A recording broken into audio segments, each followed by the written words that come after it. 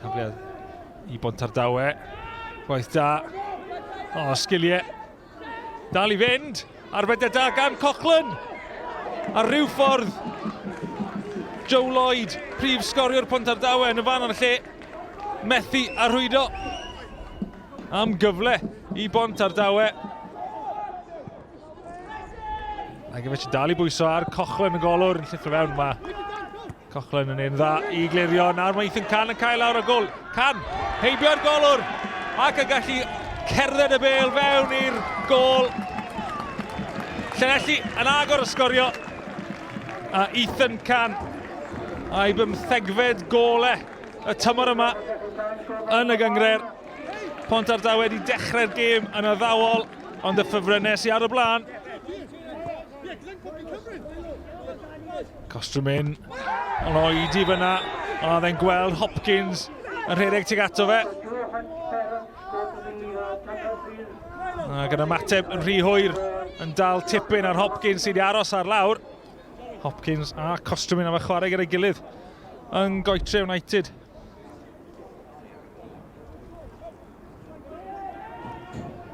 Hillman yn mynd o bell. Yn arbediad. Yr ail ergyd. Ath mewn. Pari oedd yr un nath rwydo. Mae gol gyntaf fe y tymor yma. Allen. Tu ôl at Hillman. Hillman. Mae Danny Williams yn y canol. A Hillman oddi ar y postyn am gol gan Tom Hillman. Mae'n drydedd I Llanelli, a nhw'n dechrau edrych yn gyffyrddus. Ac yn edrych fel maen nhw am gamu I frig cyngred y de ar ddydd Gwener y Groglith. Aylward. Aylward. A'r peniad. A heibio i'r postyn. O, Dolman. Dolman. Cyffyrddiad yn gadael ei lawr. Mae'n llwyddo gael y bêl at Booth. Booth! Yn taro'r bar! A mergyd gan Booth ar ddechrau'r ail hanner.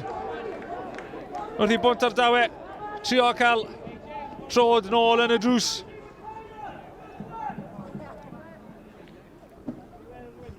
Just os 10 munud o'r ail hanner wedi mynd. Hillman. A'i groesedau cael ei benio fewn. Am bedwaredd. Llanelli.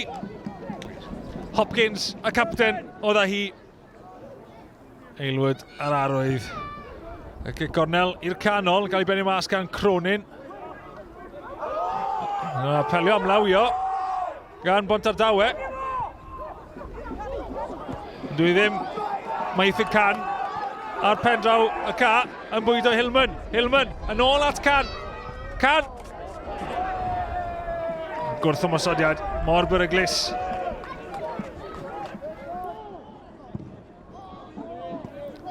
Hudson. A Ethan Can sy'n gryf. Mae yna dri yn trio I atal e. Ethan Can ar y llawr yn chwarae'r bêl tuag at Gemma Hudson.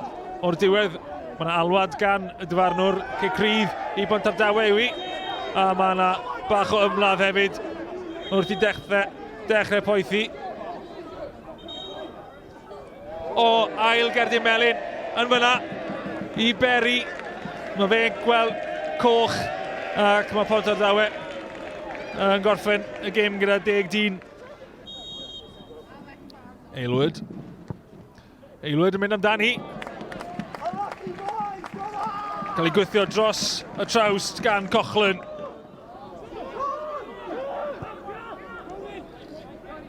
Hopkins.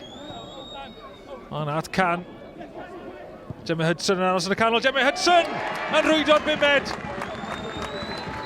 Syml I Gemma Hudson. Llanelli a pherfformiad 5 seren. Birch. O le iddo fe gario. Birch. Yn drin aros yn y canol. Gyda Gemma Hudson. O'n cam sefyll. Mae'n llwyddo I rwydo y bêl trwy goesau Liz Chick. Ond y dyfarnwr cynorthwyol yn galw am y Crydd cam sefyll.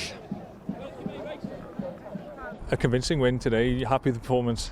I thought we started the game really poorly, and that's credit to Pontardawe because I thought they started really, really well. Obviously swirling conditions as well, but obviously 5-0 clean sheet, 3 points, more than happy. We started the game really well, it was really positive, and then obviously it was a bit of a sucker punch, the goal, and then to lose Ryan, you know, it was a heavy touch, and then he's tried to recover into a tackle, and he was carrying an ankle injury into the game in the first place anyway. Our squad is stretched, as everyone knows, so yeah, it's one of those things in football. I don't think there was any maliciousness in the tackle, it was just one of them. But you know, I think that's him out of Monday, which is a killer. And again, the second half, we started really well. Again, got them pinned in. We've hit the bar. We've had a chance from a corner, and then we make a mistake in the centre of the park. We lose a ball, leads to a corner, and they punish us from a set play. And they're good from set plays. They're built on that way, and it's effective for them. And yeah, credit to them. They've punished us at key moments of the game today. Joe, ennill 5 i ddim heddi fel captain, mae'n rhaid bod ti'n hapus? Ie, perfformiad dda, ond peth pwysig efo i ennill y gêm a ni wedi gwneud na'n eitha cyfforddus, so ie, hapus iawn. Ei ti fyd sgorio, ti wedi sgorio 5 mewn 6 gêm nawr, rhediad diweddar, ti'n hapus y perfformiad unan? Ie, hapus iawn, mae 5 mewn 6, ie, o'n i ddim yn gwybod na, ond ie, hapus dyna, ond peth pwysig fan hyn yw cadw i ennill y gêmau a roi'r pwysau ar Llanelli, so ie.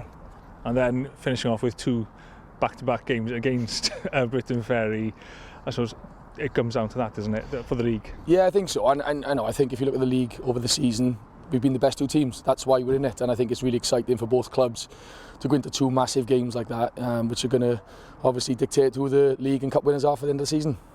Big difference for you to be home for that last league title decider? Yeah, I think so. Hopefully we have a big crowd. There's a really good crowd here today. Obviously we love playing at home at Sterbo. We've just won 9 out of 10 games, so yeah, we're really excited about coming back to Sterbeneath. Hopefully big crowd to push us on and get that vital 3 points, but we've got a big one Monday first, so let's not get ahead of ourselves. We've got a big job to do this weekend.